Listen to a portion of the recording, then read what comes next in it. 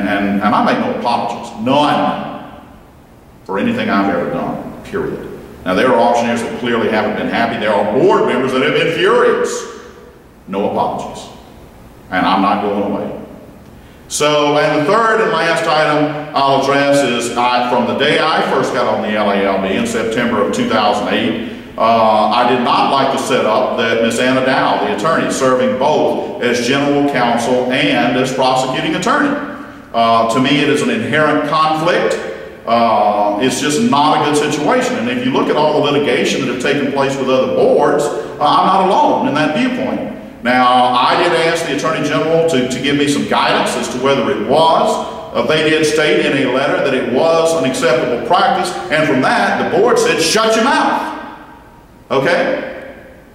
All right? The board said, look, AG's office, and that's just an opinion, AG's office says the practice is acceptable, shut your mouth. Here's why I didn't shut my mouth, okay? It is perfectly acceptable. Like I said, I am a CPA, an inactive CPA, so I look for problematic situations. It was in my blood, it's what I do. It is perfectly acceptable for a company to allow the same individual to oversee the accounting entries for accounts receivable and then turn around and reconcile the bank statement. But I'm here to tell you it's an invitation for theft, okay? It's perfectly acceptable. There's nothing illegal about it. If you want to have a setup of that nature, it's acceptable.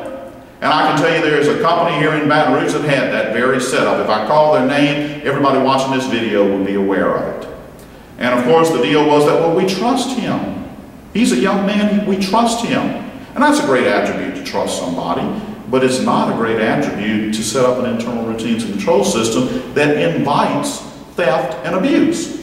And I will just tell you that this young man, whom they had so much trust in, he did have a situation where he was overseeing the accounts receivable and he was reconciling the bank statement.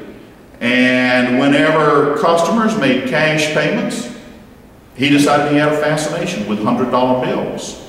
And over the course of 5 years, he found 300 such $100 bills that he had a real strong fascination with. So much so that he took possession of them.